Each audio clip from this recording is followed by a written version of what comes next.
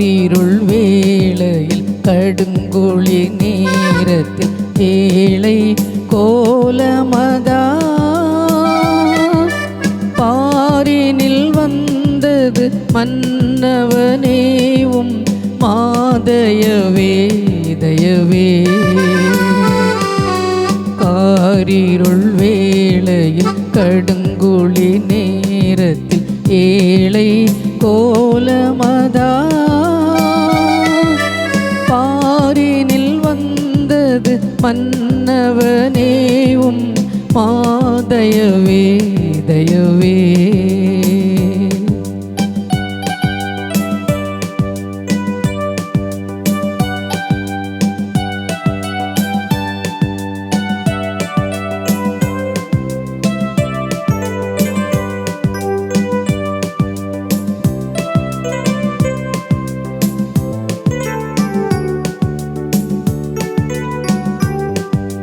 விண்ணுலகில் சிம்மாசனத்தில் தூதர்கள் பாடிடவே,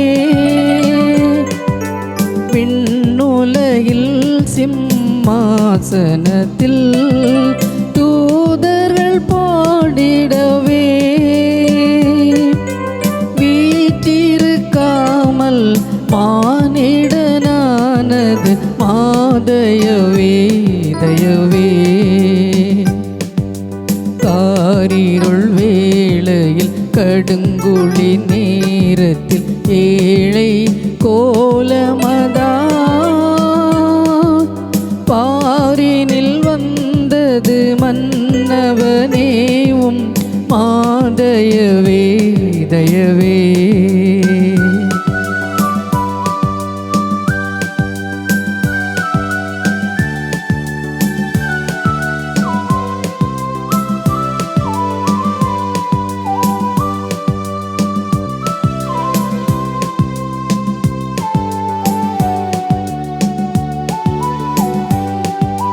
விண்ணில் தேவனுக்கே மகிமை, மண்ணில் சமாதானம்.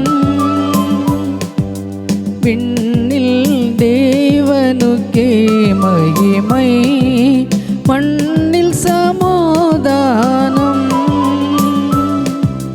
மனிதரில் பிரியம் மலர்ந்தது உந்தன் மாதயவால் தயவா. காரிருள் வேளையில் கடுங்குழி நேரத்தில் ஏழை கோலமதா பாரினில் வந்தது மன்னவனேவும் மாதயவே தயவே. காரிருள் வேளையில் கடுங்குழி நேரத்தில் ஏழை கோலமதா பாரினில் வந்தது மன்னவனேவும் மாதயவே தயவே. எங்கள் அன்பின் தகப்பனே, உம்மை துதிக்கிறேன், உம்மை சூசிக்கிறேன் சுவாமி. திரும்பவும் ஆண்டவரே இந்த டிவி உழைத்து செய்யும்படியாக நிற்கிற பார்ட்டனுக்காக உங்களுக்கு நன்றி. நாளில் அடிமை கொடுக்க போகிற செய்திக்காகவும் சமத்தினை பார்க்கிறேன், என்னை மறைத்து நீ வெளிப்படும் உடைய வார்த்தைகளாக இருக்கட்டும். பிரயோஜனமான செய்தியாருக்கு கிருபை போராட்டும். துதிகனமையும் எல்லாம் ஒருவருக்கே செலுத்துகிறேன். இயேசு கிறிஸ்து நாமத்திலே ஜெபங்கள் நல்ல பிதாவே, ஆமென். கர்த்தருடைய மகத்த நாமத்திற்கு சூஸ் உண்டாவதாக. இந்த நாளுக்குரிய செய்தியின் தலைப்பு உன் ஆடையை மாற்று, சேஞ்ச் யுவர் கார்மெண்ட். இதற்கு ஆதாரமாக எடுத்துக்கொள்ளப்பட்ட வேதவசனம் யோபு புஸ்தகம் 20வது அதிகாரம் 9வது வசனம்.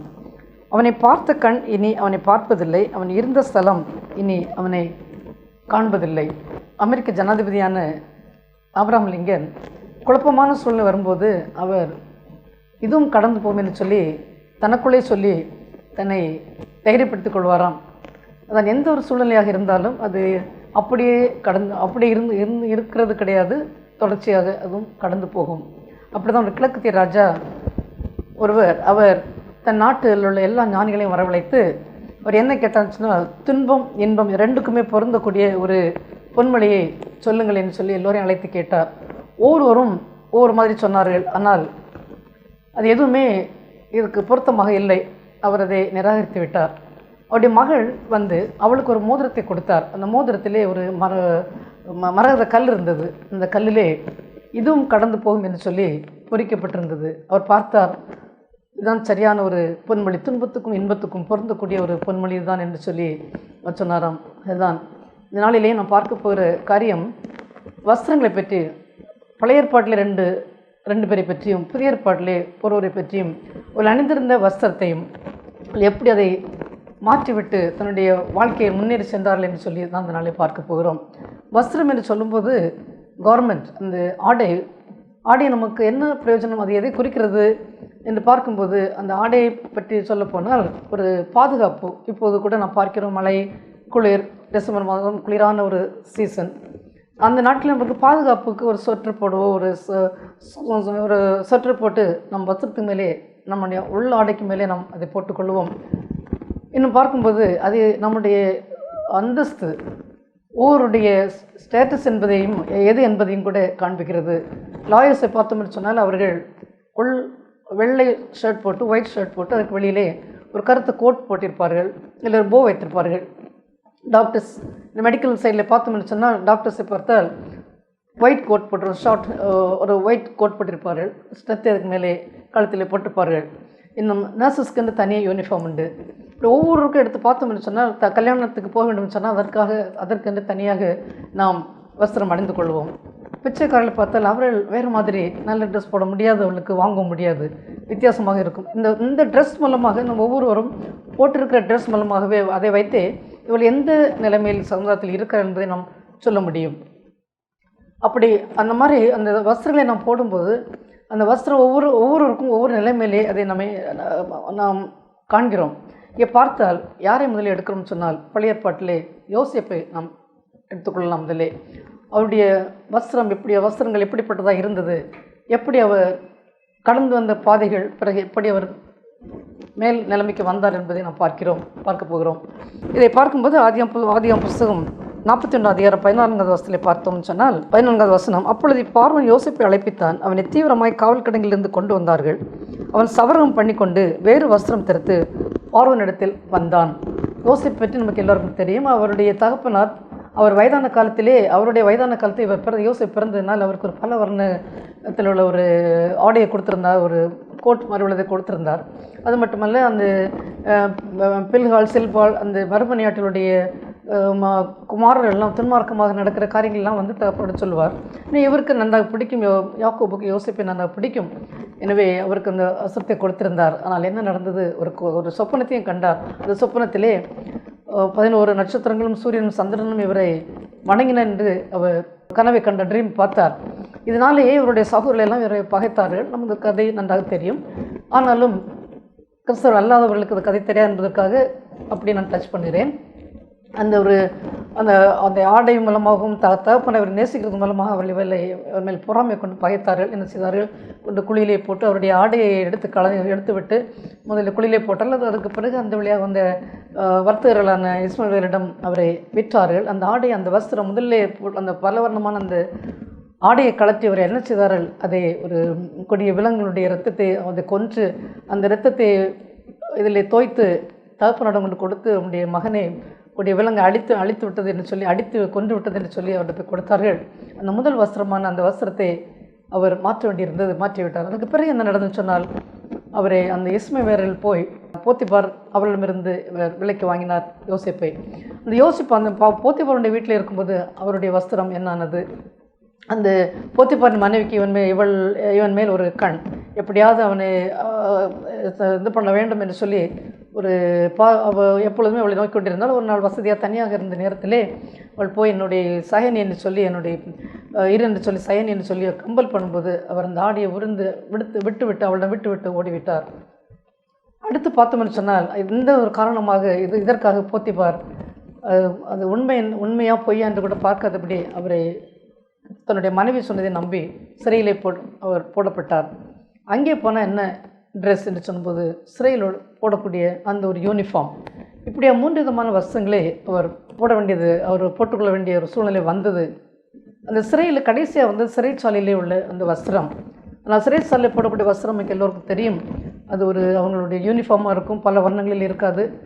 நாம் அதை போடுவதற்கு எந்த விதமான நமக்கு அது பிடிக்கவே செய்யாது, சூழ்நிலை அப்படி வந்து விட்டது என்று சொல்லி ஒரு கட்டாயப்படுத்தி நாம் போட வேண்டிய ஒரு பிரச்சனையில் இருக்கிறவர்கள், சிறைச்சாலை இருக்கிறவர்கள் போடுறது கட்டாயப்படுத்தி போடக்கூடிய போடக்கூடியது தான் அந்த சிறைச்சாலையில் உள்ள அந்த ஒரு வஸ்திரம், யூனிஃபார்ம். அதை போட்டு அந்த சிறைச்சாலை போனாலே அந்த வஸ்திரத்தை அணியும் போது நம்ம வெளியில் அவ்வளோ ஃப்ரீயாக எங்கேயுமே போக முடியாது. சிறைச்சாலை விட்டு அவர்கள் எங்கேயும் போக முடியாது. அப்படி ஒரு மூமெண்ட் எல்லாம் ரெஸ்ட்ரிக்ட் ஆகிவிடும். இன்னும் கூட பார்த்தோம்னு சொன்னால் அந்த சிறையில் இருக்கின்றவர்கள் இவர்களை போல முன்னேறுவதற்குள்ள வழி நமக்கு இருக்காது. அங்கே போனால் எல்லோருமே இப்படிப்பட்ட அவர்கள் மோசமான பல தவறுகளை செய்து தான் சிறைச்சாலையில் வந்திருப்பார்கள். அவரிடம் போய் என்ன நல்ல காரியத்தை பேச முடியும், நாம் இதை விட எப்படி முன்னேறி செல்லலாம் என்று பேசுவதற்கு எந்த விதமான ஒரு சான்ஸும் கிடையாது. அவர்கள் இதே போல் உள்ளவர்கள் இப்படியே தான் இதே மனநிலைமையிலே இருக்கக்கூடியவர்கள் தான். அப்படிப்பட்ட ஒரு மனநிலைமை யோசிப்புக்கு இருந்திருக்கலாம்.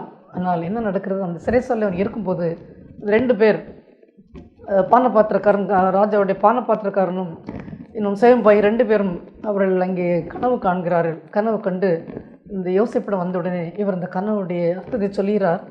அர்த்தத்தை சொல்லி அதுபோல் நடந்தது. இந்த பானபாத்திரக்காரனுக்கு திரும்ப அதே அவனுடைய ப்ரமோஷன் ஆகி அங்கே திரும்ப அந்த வேலை அமர்த்தப்படுகிறான். அந்த நாட்களே தானே 2 இது முடிந்தது அவர் சொல்லி அனுப்புகிறார். யோசிப்பு, நீ நல்ல நிலைமைக்கு வரும்போது என்னை நினைத்துக்கொள்ளுன்னு சொல்லி அதனால் மறந்து விட்டார். 2 ஆண்டுகள் கழிந்த பிறகு பார்வோன் ஒரு சொப்பனத்தை காண்கிறார். சொப்பனத்தை கண்டு 2 சொப்பனங்களை காண்கிறார். கண்டு அவர் அப்படியே ஒரு பயந்து நடுங்கிக் கொண்டு இருக்கிறார். எல்லோரையும் அழைத்து மீனிங் கேட்டாலும் யாருக்குமே இது சொல்ல தெரியவில்லை. அப்பொழுதுதான் இவனுக்கு ஞாபகம் வருது, இந்த பானபாத்திரக்காரனுக்கு ஞாபகம் வருகிறது, அவன் சிறைச்சாலையிலே ஒருவன் இருந்தானே, ஒரு இளைஞன்.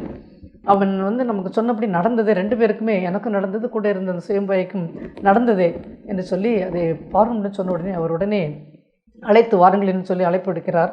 இவர்கள் தீவிரமாக போய் யோசிப்பை சிறையிலிருந்து அழைத்து அவர் வரப்பட்டார். என்ன பண்ண அங்கிருந்து வரதுக்கு முன்பதாக அவர் செய்த காரியம், ஆதியா புஸ்தகம் 41 அதிகாரம் 14வது வசனம். அப்பொழுது பார்வோன் யோசேப்பை அழைப்பித்தான், அவனை தீவிரமாய் காவல் கிடங்கிலிருந்து கொண்டு வந்தார்கள். அவன் சவரகம் பண்ணி கொண்டு, அவன் அப்படியே வரவில்லை, அந்த ஜெயில் ட்ரெஸ்ஸோடு சிறைச்சாலையுடைய போட்டிருந்த அந்த வஸ்திரத்தோடு வரவில்லை. என்ன பண்ணுகிறான், அவன் சவரகம் பண்ணி கொண்டு வேறு வஸ்திரம் தரித்து பார்வோனிடத்தில் வந்தான் என்று பார்க்கிறோம். அப்படி அந்த வஸ்திரத்தையும் களைந்து விட்டு வேறு வஸ்திரம் தரித்து நல்ல ஷேவ் பண்ணிவிட்டு அழகாக அவர் முன்பதாக அவர் நின்றான் என்று பார்க்கிறோம். என்ன நடந்தது, பார்வோன் கண்ட சொப்பனத்திற்கு பதிலே அவர் அந்த அர்த்தத்தை சொன்னார். அது உடனே இவர் ஞானம் வேகமுள்ள மனிதன் நீதான் என்று சொல்லி எகிப்து முழுவதுக்குமே அதிகாரியாக அவன் உயர்த்தப்பட்டான் என்று பார்க்கிறோம். இதில் என்ன நாம் கற்றுக்கொள்ள வேண்டிய பாடம் என்னென்னு சொன்னால், அவர்கள் கடந்து வந்த பாதைகள் எல்லாம் எப்படி ஒரு அங்கே குழியிலே தள்ளப்பட்ட ஒரு அனுபவம், அந்த வார்த்தைகளிடம் விற்கப்பட்ட ஒரு அனுபவம்.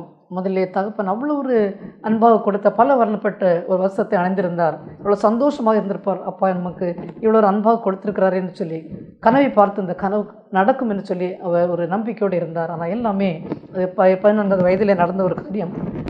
ஆனால் பிறகு பார்க்கும்போது அது 17வது வயதில் நடந்தது. 3 ஆண்டுகளுக்கு பிறகுதான் இந்த ஒரு உயர்த்தப்படையாக பார்க்கிறோம். ஆனால் கடந்து வந்த பாதையில் வஸ்திரம், அந்த ஒரு நல்ல வஸ்திரத்தை பற்றி ஒரு பெரிய ஒரு நம்பிக்கை இருந்தது. ஆனால் அப்படியே இடிந்து போனது அந்த அவருடைய நம்பிக்கை. குழியில் போடப்பட்டது அந்த வஸ்திரம். போத்திபார் வீட்டிலே ஒரு நினைக்காத ஒரு காரியம், எதிர்பார்க்காத ஒரு காரியம்.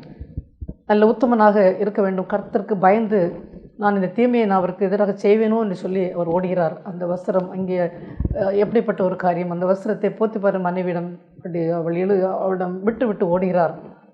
சிறைச்சாலையில் உள்ள இந்த ஒரு யூனிஃபார்ம் எல்லாவற்றையும் விட்டு அவருக்கு தெரிந்தது, இதுதான் நல்ல ஒரு நேரம், ஆண்டவரால் கொடுக்கப்பட்ட ஒரு நேரம், இதை நான் வீணாக கழிக்கக்கூடாது, வீணாக விடக்கூடாது என்று சொல்லி அங்கே ராஜாவுக்கு முன்பதாக போதாதுன்னு சொன்னால் இந்த ஒரு கோலத்தோடு போக முடியாது. ஒருவேளை சிறைச்சாலை யூனிஃபார்ம் கலத்தி போட்டுட்டு கையில் வைத்திருந்த ஆர்டினரி ட்ரெஸ்ஸை அவர் சும்மா போயிருந்தால் கூட, ஷேவ் பண்ணாமல் தாடியெல்லாம் வைத்து விட்டு அங்கே போயிருந்தால் கூட அவருக்கு இந்த அளவுக்கு ஒரு, ஏன்னா first impression is the best impression சொல்லுவார்கள். அது போல் முதலிலே போகும்போது பார்த்த உடனே ஒரு இம்ப்ரெஷன் அவருக்கு வர வேண்டும். அதுக்கு போய் தான் இவர் போய் சொல்லுவாரா, இப்படிப்பட்ட சிறையில் அழைக்கப்பட்டு வந்தப்போ எப்படி இவன் அர்த்தத்தை சொல்லியிருப்பான்னு சந்தேகம் வரும். ஆனால் இவர் போனதோ, இவர் சவர்க்கம் பண்ணி கொண்டு வேறு வஸ்திரம் தடுத்து பார்வன் முன்னாடி நின்றார் என்று பார்க்கிறோம்.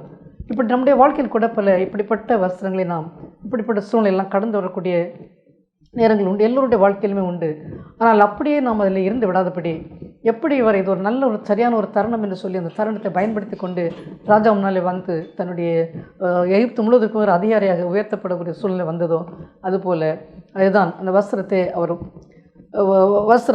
தனித்து வேறு வஸ்திரம் தரித்தார் என்று பார்க்கிறோம். அடுத்து பார்த்து அதாவது இது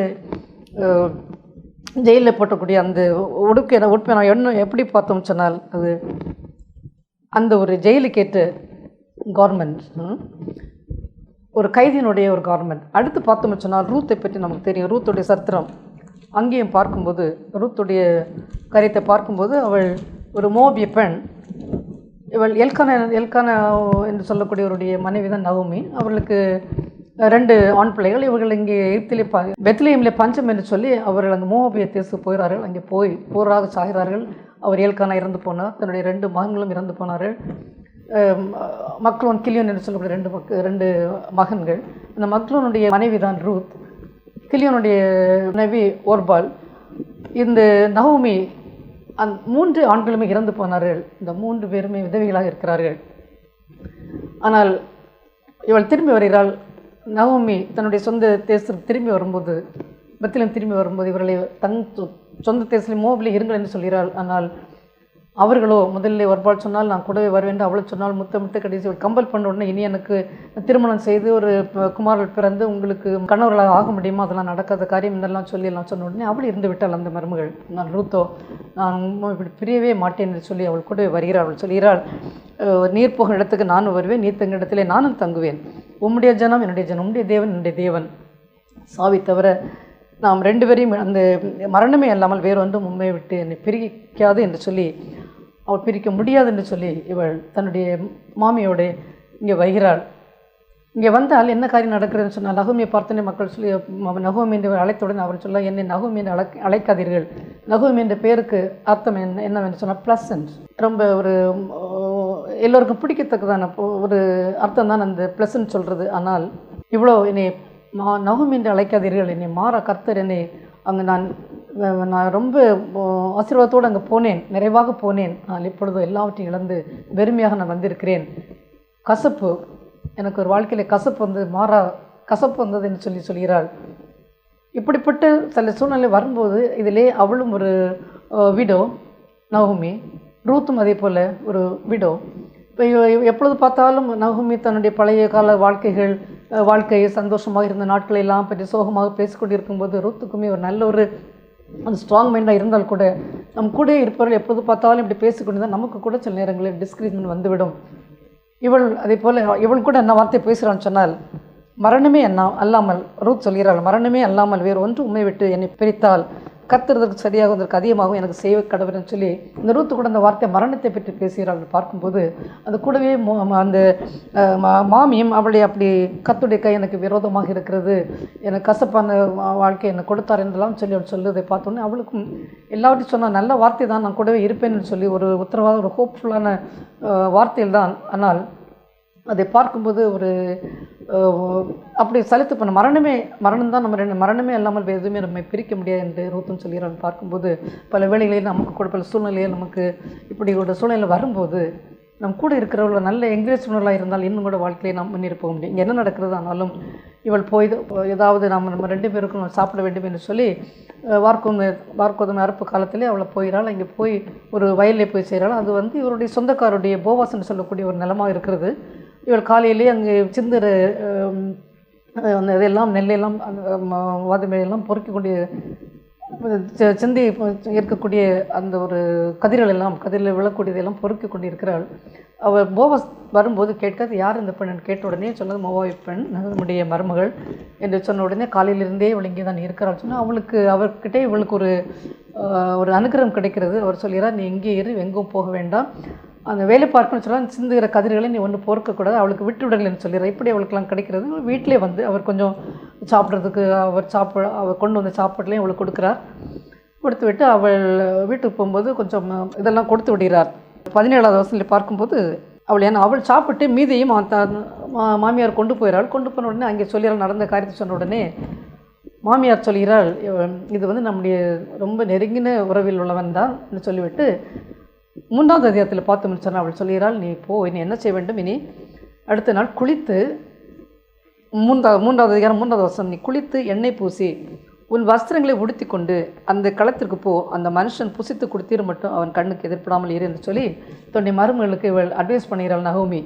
நீ குளித்து எண்ணெய் பூசி உன் வஸ்திரங்களை உடுத்தி கொண்டு, இதுவரை என்ன வஸ்திரத்தை உடுத்திருப்பாள் என்றால், அந்த விடோஸ்க்கு என்று சொல்லி சில வஸ்திரங்கள் உண்டு, நல்ல கலர்ஃபுல்லான சாரீஸ் கட்ட முடியாது. அந்த நாட்டிலே இதோடைய மோசமாக இருந்திருக்கு. இப்போதாவது கணவன் இறந்து விட்டால் கொஞ்சம் நாட்கள் பிறகு கூட ஏதாவது கட்டினால் மக்கள் அதிகமாக பேச மாட்டார்கள். இப்போவும் பேசுகின்றவர்கள் உண்டு, ஆனாலும் அந்த பழைய காலத்தில் பேசுகிற போல கிடையாது. ஆனால் இதை பெரிய சமுதாயத்திலும் மோசமாக தான் நடத்துவார்கள். இவர்கள் வந்த நாள் தான் இந்த பெண்ணால் தான் அந்த கணவன் இறந்து போனன்னு கூட சொல்வார்கள். பார்க்கிறோம், தாமார் யூதாவுடைய மருமலான தாமார். யூதாவுக்கு 3 மகன்கள் இருந்தார்கள். முதன் மகன் அந்த தாமாருக்கு முதன் மகளை எடுத்துக்கொண்டார். அவர் கர்த்தரின் பார்வைக்கு பொல்லாப்பனை செய்தால் ஆண்டவர் அடித்து விட்டார், இறந்து போனான். அந்த அவருடைய வழக்கத்தின்படி அண்ணன் இறந்தால் அடுத்த சகோதரன் அவளை திருமணம் செய்ய வேண்டும் சந்ததி உண்டாக்குவதற்காக. அடுத்தவனும் அதே போல் அவன் கர்த்தரின் பார்வைக்கு பொல்லாப்பன் செய்தால் ஆண்டவர் அடித்து விட்டார். 3வது உள்ளவனுக்கு தருவேன் என்று சொல்லி அவளை அனுப்பிவிட்டார்.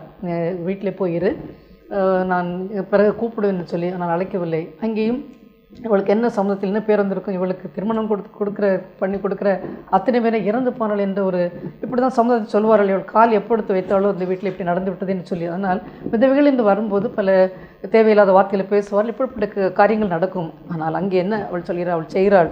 குளித்து எண்ணெய் பூசின் வஸ்திரங்களை உடுத்தி கொண்டு அந்த களத்துக்கு போ என்று சொல்லி அவள் செய்தாள். அங்கே அதே போல் அவன் படுத்திருக்கும் போது இரவிலே 8வது வசனத்திலே பார்க்கும்போது அவள் என்ன சொல்ல, அவன் கால்களின் மேல் மூடி இருக்க போர்வை ஒதுக்கி படுத்துக்கொள் என்று சொன்னால் அதுக்கு பிறகு நடக்க வேண்டியது அவன் சொல்லுவான் என்று சொல்கிறாள். அதே போல் அவள் செய்தாள். சொன்னதெல்லாம் அவள் கீழ்ப்படிந்தாள். நடந்தது பிறகு கதை பெய்தாக போகும். இந்த போவாஸ் இவளை திருமணம் செய்து கொண்டு, அந்த போவாஸ் 2 திருமணமாகி அந்த அவர்களுக்கு பிறந்த குழந்தை பிறந்த ஓபேத். அந்த ஓபேத் தாவீதின் தகப்பன் தான், ஈசாயின் தகப்பன். ஈசாயின் மகன் தாவீதுக்கு நம்ம வந்துட்டு அந்த தாவீதுடைய வம்சத்தில் வந்து நம்மளுடைய இயேசு கிறிஸ்து ரூத்துக்கு என்ற தனி புஸ்தகம் இருக்குது. எதற்காக சொல்கிறேன்னு சொன்னால், அவள் தன்னுடைய வஸ்திரத்தை அந்த விதவை அடியக்கூடிய அந்த வஸ்திரத்தை மாற்றி அங்கே வந்து அவள் நினைத்தாள், இதுதான் எனக்கு சரியான நாள்.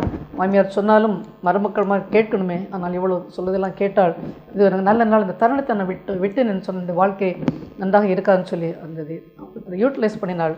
அதே போல செய்தாள். போவாஸ் நல்ல ஒரு பணக்கார ஐஸ்வர்யவனான தான் போவாஸ், ஆசீர்வாதமான மகன். அவன் சொல்கிறார், நீ வாலிபர்களுக்கு பின்னாலே போகாமல் இருந்தாய், உன்னுடைய முற்குணத்தை முன்னால் இருந்த குணத்தை பார்த்து இந்த குணம் உனக்கு உத்தமன் சொல்லி அவளை குணசல ஸ்திரீ என்று அவர் சொல்கிறான்னு சொன்னால், அந்த ஒரு பழைய வஸ்திரத்தை களைந்து போட்டு அந்த புது வஸ்திரத்தை மாற்றிய ஒரு காரணம் தான். என் அடுத்து பார்க்கும்போது கடைசியாக பார்த்தோம்னு சொன்னால், மார்க்கில் சூசைட் சொல்லி அங்கே ஒரு வருகிறார். அது யாருன்னு சொன்னால், மார்க்கு இந்த சுசேஷம் 46 அதிகாரத்திலிருந்து 46 வசனத்திலிருந்து 52 வசனத்தில் பார்க்கும்போது இங்கே பர்த்திமி என்று சொல்லக்கூடிய ஒரு பிறவி கூட இருக்கிறான்.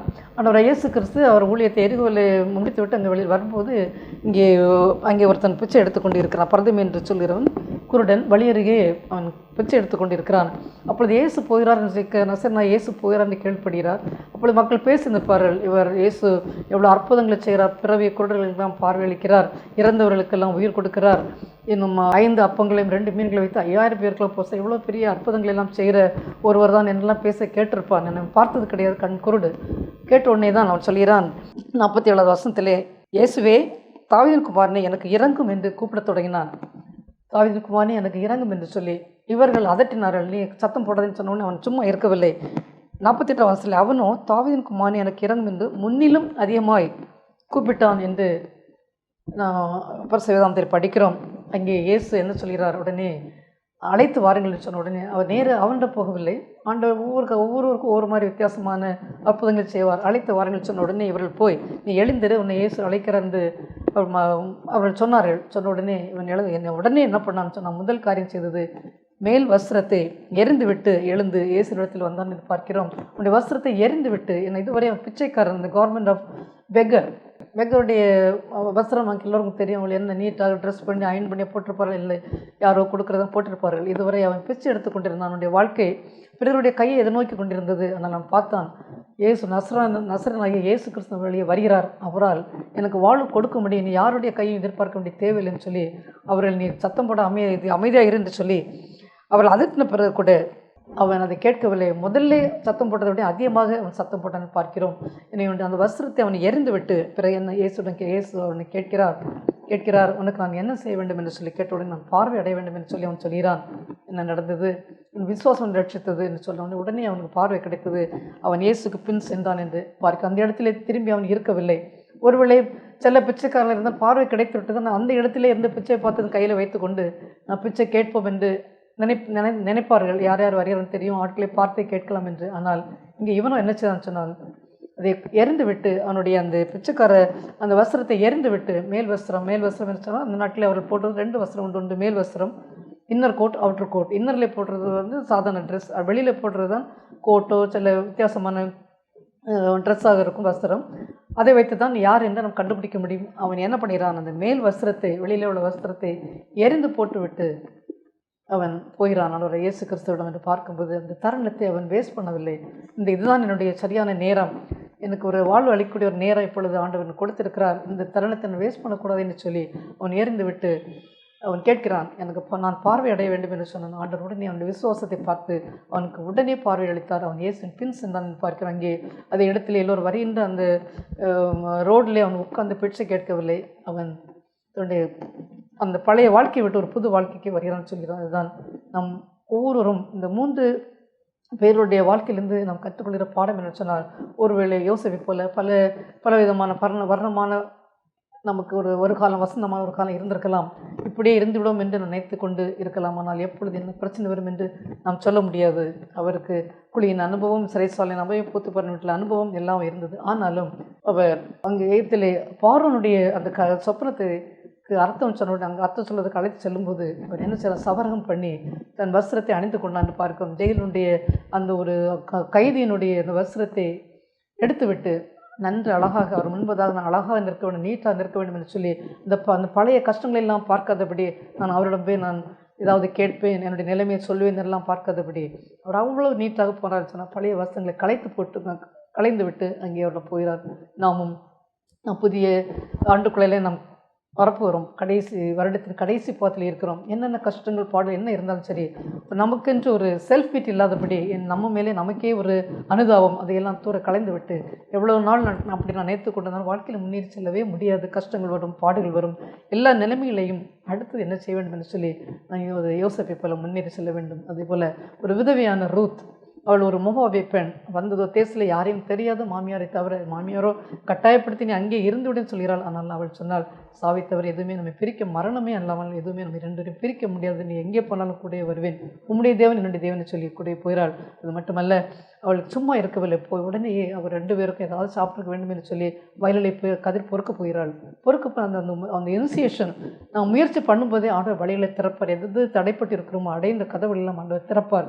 அங்கே போய் சொந்தக்காரன போவாசோட நிலத்திலே போய் அவர் பொறுக்க வேண்டிய ஒரு சூழ்நிலை, ஒரு சான்ஸே ஆண்டவர் கொடுக்கிறார். அது மட்டுமல்ல, மாமியார் சொன்ன அட்வைஸை அவள் கேட்கிறாள். அந்த வஸ்திரத்தை களைந்து விட்டு அவர் குளித்து எண்ணெய் தேய்த்து அங்கே போய் சொன்னபடி அவன் படுத்திருந்த இடத்துல போய் படுத்து அவனும் அதுக்கேற்றபடி ஆண்டவர் நம்ம முயற்சி பண்ணும்போது நிச்சயமாக அவர் கிருபை செய்வார். அவரை திருமணம் பண்ணி அந்த தாவீதின் வம்சத்திலே வந்து ஆண்டவர் இயேசு கிறிஸ்துவின் வம்ச வரலாறுலேயே அவள் இடம் பெறுகிறாள் சொன்னால் அது அதை விட பெரிய ஒரு அற்புதம் கிடையாது. அவளுக்கென்று ஒரு புஸ்தகத்தையும் பரிசு வேதாத்தில் கொடுக்கப்பட்டிருக்குது. கடைசியாக அவன் பரதைமையும் அதுபோல் பிச்சை எடுத்துக்கூட அந்த பிறவி கூட நான் அவனுக்கு அதில் நல்ல ஒரு லாபம் கிடைத்திருக்கும் என்று நினைத்திருந்தால் அந்த இடத்திலே அவன் பார்வை கிடைத்த ஆண்டவர் இயேசு கிறிஸ்து பார்வை கொடுத்த பிறகு கூட அங்கேருந்து பிச்சை எடுத்துக்கொண்டு இருக்கலாம். ஆனால் அவன் அங்கே இருக்கவில்லை, வஸ்திரத்தை எரிந்து விட்டு போனான் என்று பார்க்கிறோம். நாமும் நம்முடைய கஷ்டங்கள், பாடுகள், சூழ்நிலையை பார்க்காதபடி ஆண்டவர் அடுத்ததாக நமக்கு நிச்சயமாக பெரிய ஒரு காரியத்தை தருவார். இந்த தருணங்கள் வரும்போது இதுதான் இந்த நாள் தான் எனக்கு நல்ல நாள் என்று சொல்லி நான் முயற்சி செய்யணுச்சுன்னா வாழ்க்கையில் எந்த ஒரு சூழ்நிலை இருந்தாலும் கூட பேச்சு எடுத்துக்கொண்டு இருந்தாலும் சரி, அல்லது விதைவிழா கணவனை பிரிந்து இனி என்ன பண்ணுவோம் வாழ்க்கையிலும் சரி, மற்றவர்களால் பல இம்சையான வார்த்தையெல்லாம் சொல்லத்தான் செய்வார்கள். சமுதாயம் என்றால் பேசத்தான் செய்வார்கள். நேரம் இல்லாதவரெல்லாம் என்னென்ன அவள் வாயில் வந்து அதுபோல் பேசுவார்கள். அதுக்கெல்லாம் செவி கொடுத்தோம்னு சொன்னால் இந்த வாழ்க்கையில் முன்னேறி போகவே முடியாது. எனவே இப்போ வேதாகமத்தில் இப்படிப்பட்ட கதாபாத்திரங்களை வைத்து நமக்கு நல்ல அறிவுரைகளை கொடுக்கப்பட்டிருக்குது. நம்மதை சிந்தித்து நம்மதை செயல்பட்டோம் என்று சொன்னால் நிச்சயமாக நாம் எங்கேயோ போய் நிற்கலாம். எல்லாமே இதுவும் கடந்து போகும். சொன்ன போல் நாம் திடீரென்று வந்த மழை, 2 நாள்லேயே வந்த மழை தான் திருநெல்வேலி அப்படியே ஒலுக்கி விட்டது. அது மீண்டு வருவதற்கு இன்னும் அது எத்தனை வாரங்கள் ஆகும்னு சொல்ல முடியாது. யாருமே எதிர்பார்க்கவில்லை. திருநெல்வேலி இப்படி ஒரு மழை வந்து தண்ணீர்லாம் கட்டுமா, இவ்வளோ பிரச்சனை வருமானு தான் நம்மெல்லாம் யோசித்தோம். ஆனாலும் நிரந்தரமாக இருக்க போகிறது கிடையாது, இதுவும் கடந்து போகும். ஆண்டவர் நம்மோடு இருக்கிறார். புதிய ஆண்டிலே புதிய கிருபைகளையும் புதிய ஆசீர்வாதங்களையும் நாம் பெற்று ஆண்டவருடைய கிருபையை பெற்று சந்தோஷமாக நாம் இருப்போம். கர்த்தர் தாமே செய்தி ஆசீர்வாதமாக ஜெபம் செய்வோம். இயேசு சுவாமி துதிக்கிறேன், சோசிக்கிறேன்ப்பா. இந்த நாளில் கொடுத்த இந்த செய்திக்காக உமக்கு நன்றி தகப்பனே. 3 கதாபாத்திரங்களை நம்ம பார்த்தோம். யோசேப்பை பார்த்தோம், ரூத்தை பார்த்தோம், பிரதிமையுடைய அந்த ஒரு பிச்சை எடுத்து கொண்டிருந்த அந்த வாழ்க்கையும் பார்த்தோம். 3 பேருமே தங்கள் வசங்களை, பழைய வசங்களை களைந்து போட்டு புதிதாக எல்லாவற்றையும் மாற்றிவிட்டு அந்த தருணத்தை பிரயோஜனப்படுத்தி கொண்டார்கள். அதுபோல் எங்களுக்கு வரக்கூடிய தருணங்களை ஏதாவது சாக்குப்போக்கில் சொல்லி அதை தடுத்து எங்களுக்கு நீர் கொடுக்க நீரே விரும்பி கொடுக்குற தருணங்களை நாங்கள் இழந்து விட்டு திரும்பவும் புலம்பாதபடி அதை ஆசீர்வாதமாக நாங்கள் எடுத்துக்கொள்ள நிற்கிற செய். ஆசீர்வாதங்களை பெற்றுக்கொள்வதற்கு நாங்கள் தகுதிப்படுத்திக்கொள்ள நிற்கிற செய். துதிகனமாய் எல்லாம் ஒருவருக்கே செலுத்துகிறேன். இயேசு கிறிஸ்து நாமத்திலே ஜெபங்களை நல்ல பிதாவே. ஆமென்.